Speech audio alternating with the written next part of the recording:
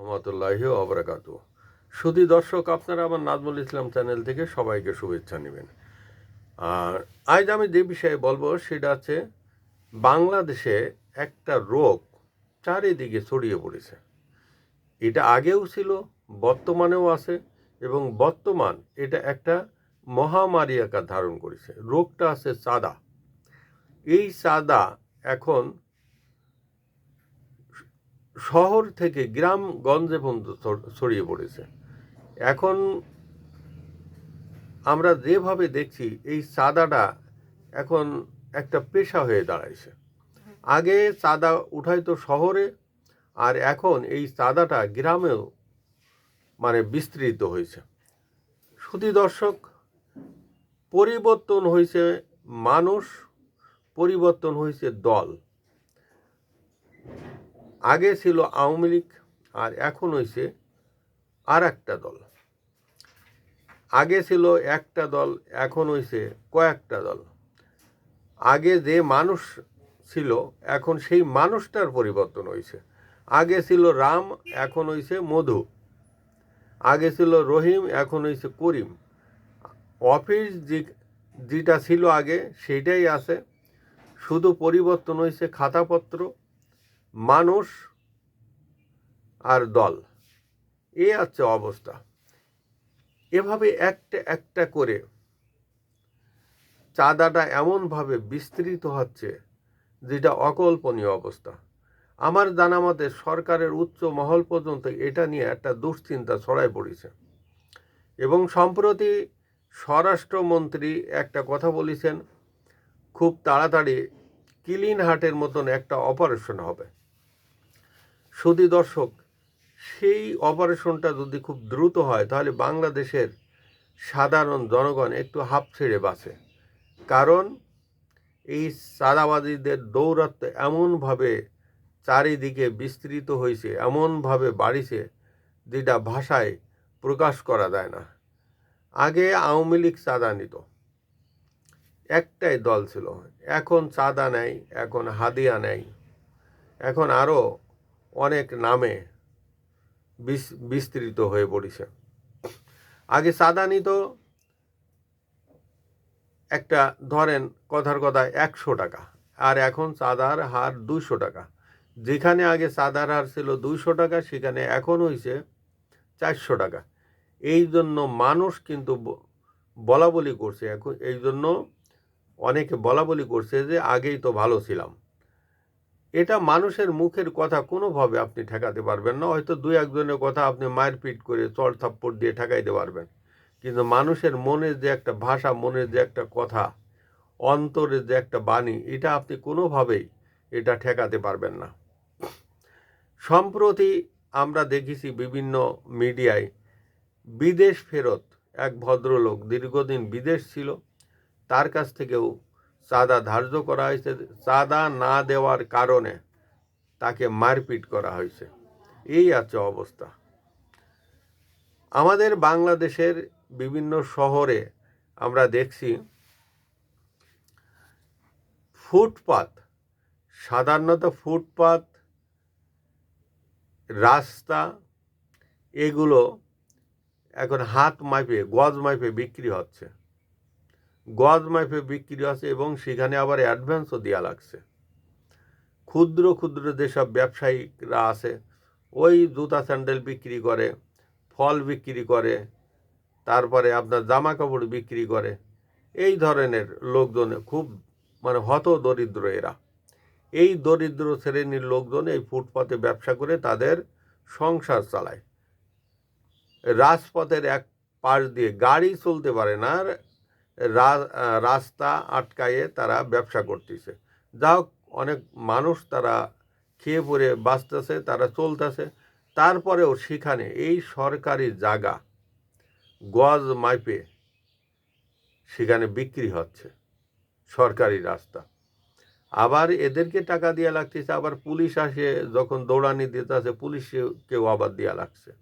এখন সবগুলো এই চাঁদাটা ম্যাটিকুলাস ডিজাইনে হচ্ছে এবং এটা দেখা যাচ্ছে একজনকে এখন টাকাটা নিচ্ছে, সে সিটি কর্পোরেশন সামাল দিচ্ছে, যদি সিটি কর্পোরেশনের আওতার ভিতরে হয়, সে পুলিশকে সামাল দিচ্ছে এবং তার দলীয় ক্যাডার সামাল দিচ্ছে। আমরা সম্প্রতি দেখেছি, যেটা একটু আগে বললাম, যে গ্রামে পর্যন্ত ছড়াই পড়েছে। এই রমজান মাসে সাধারণত ফল টল এগুলো বেশি বিক্রি হয়। আমাদের বাংলাদেশে মধুপুর, নাটোর, যশোর, নরসিংদী এরকম অনেক এলাকা আছে যে এইসব অধ্যুষিত এলাকা, এগুলো কলা এবং আনারসটা হয়, এগুলো গ্রাম থেকে আসে। সেখানেও এই কলার বাগানে, আনারসের বাগানে সম্প্রতি এই চাঁদাবাজরা চাঁদার থাবা বসাইছে। এখন গ্রামের কৃষক একটু অবস্থা খারাপ দেখলে তারা চাঁদা দিতে বাধ্য হয়, তাদেরকে হুমকি দামকি দিলে তারা দিতে বাধ্য হবে, না দিয়ে তো আর কিছু করা যায় না। অনেক সময় আমরা পত্রপত্রিকা খুলে দেখি, আবার ফেসবুক, ইউটিউব খুলে দেখি যে একটা বাগান, পেঁপে গাছ সব রাতের অন্ধকারে সব পেঁপে গাছ কেটে ফেলাইছে। রাতের অন্ধকারে আনারস বাগানে আনারস কেটে ফেলাইছে। রাতের অন্ধকারে কলার বাগানে কলা গাছ কেটে ফেলাইছে। কারা কাটে? এটা আপনারা বুঝে নেন যে কারা কাটে। হয়তো তাদের কাছে সম্ভবত চাঁদা দাবি করা হয়, চাঁদা দেয় না, রাতের অন্ধকারে কেটে নেয় শত্রুতাবশত। মাছের ঘেরে চাঁদা, মাছের ঘেরে চাঁদা এটা পুরনো স্টাইল। কারণ ঘের করতে গেলে চাঁদা দিতে হবে চাঁদাবাজদের, এটা সরকার জানে। সরকার জানে। সরকারি হাসপাতালে সম্প্রতি একটা যুদ্ধ লাগিছে। এই যুদ্ধের কথা সরকার জানে কি না আমার জানা নেই, অনেকেই জানে, জেনে চুপচাপ করে থাকে। সম্প্রতি আমাদের এই বর্তমান সরকারের একজন মন্ত্রী বলেছিলেন, মানে ডাকসাইড একজন নেতা বলেছিলেন যে তোমরা চাঁদা খাও, একটু রয়ে শুয়ে খাও, তাহলে তো স্বীকৃত হয়ে গেল। এমনি পাগলরা যদি বলেন যে শাকও নাড়ায়ও না, পাগল তো শাকও নাড়াইতে থাকবে। এই হচ্ছে অবস্থা। এই হাসপাতালে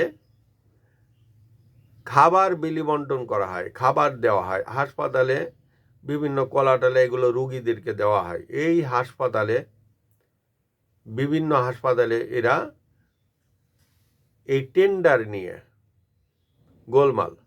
যারা টেন্ডার পাইব তাদেরকে কিন্তু চাঁদা দিতে হবে। কাদেরকে? ওই যে চাঁদা ভাইরা পিছনে দাঁড়ায় রয়েছে। ব্যাংকে, বিভিন্ন জায়গা তারা ব্যাংকের উপরে সম্প্রতি থাবা বসাইছে বিভিন্ন জায়গা। এইভাবে মানে ভাষায় প্রকাশ করা যাবে না যে কিভাবে এরা চারিদিকে মানে এই চাঁদাবাজির মহোৎসব করছে। এবং তাদের একটা বাণী ইতিমধ্যে প্রচার হয়েছে। বাণীটা হচ্ছে, আমরা একা খাই না, আমাদের উপরওয়ালা আছে। আমার প্রশ্ন, সরকার এই উপরওয়ালাদের খুঁজে বের করবে কিনা? আমার মনে হয় এই উপরওয়ালা কারা, উপরওয়ালাদের ভিতরে কত দূর পর্যন্ত এই চাঁদাটা দেয়, সরকার যদি এটা সম্বন্ধে খুব দ্রুত এটা খুঁজে বের না করে তাহলে অনেক সমস্যা হবে। কারণ সাবেক আওয়ামী লীগ সরকারের প্রতি মানুষ এই বিতৃষ্ণ হয়েছিল। বাংলাদেশের দ্রব্যমূল্যের দাম বাড়িয়েছিল এইসব চাঁদাবাজদের দৌরাত্মের কারণে। আওয়ামী লীগ সরকার এই চাঁদা ভাইদের সামাল দিতে পারেনি। আওয়ামী লীগ সরকারের সাথে এই চাঁদাবাজরা একাকার হয়ে মিশে গেছিল। এই যে আওয়ামী লীগ সরকারের সময় চাঁদাবাজরা ছিল, এটা শুধু আওয়ামী লীগ সরকারের লোক না, এটা বাইরের অনেক লোক আছে। সম্প্রতি আমরা একটা জিনিস দেখছি যে কান পাতলে সাধারণত শোনা যায়, এই আগামী যে স্থানীয় সরকার পরিষদ নির্বাচন আসছে এবং বিএনপির বিভিন্ন জায়গা দলের ভিতরে যে নির্বাচনগুলো হচ্ছে বা হবে, সেই নির্বাচনকে উপলক্ষ করে লক্ষ লক্ষ টাকার লেনদেন হচ্ছে। বিএনপির যেসব ত্যাগী নেতারা আছে তারা রাস্তা দিয়ে মুখ উঁচা করে হাসছে, আর অন্য দলের সদস্যরা বিএনপির ভিতরে টাকা দিয়ে ঢুকে যাচ্ছে এবং তারা বিএনপির বিভিন্ন পদ পদবি তারা দখল করছে। টাকা অ্যাডভান্স দেওয়া হয়ে গেছে, এখন শুধু উপরওয়ালার একটু সিগনেচার হলেই তারা বিএনপিতে স্থায়ীভাবে আসন গেড়ে বসতে পারবে। যেটা হয়েছিল সাবেক আওয়ামী লীগ সরকারের আমলে, এই চাঁদাবাজদের সহযোগিতায় বিএনপি, জামাত, অন্যান্য দলের লোকজন আওয়ামী লীগের ভিতরে বিভিন্ন পদ পদবি দখল করেছিল, আওয়ামী লীগের ত্যাগী নেতাদেরকে দলের থেকে বের করে দিছিল। আর এখন বিএনপির ভিতরে বিএনপি নাই, অন্য দলের সদস্যরা বিএনপির ভিতরে ম্যানেজ করে টাকা দিয়ে যেভাবে হোক তারা স্রোতের মতন ঢুকছে। এখন এইটা যদি বিএনপি সামাল দিতে না পারে তাহলে আওয়ামী লীগ আর বিএনপির ভিতরে কোনো পার্থক্য থাকবে না। আওয়ামী লীগ ভারতে পালাইছে, বিএনপি কোথায় পালাবে সেটা ঠিক করা উচিত।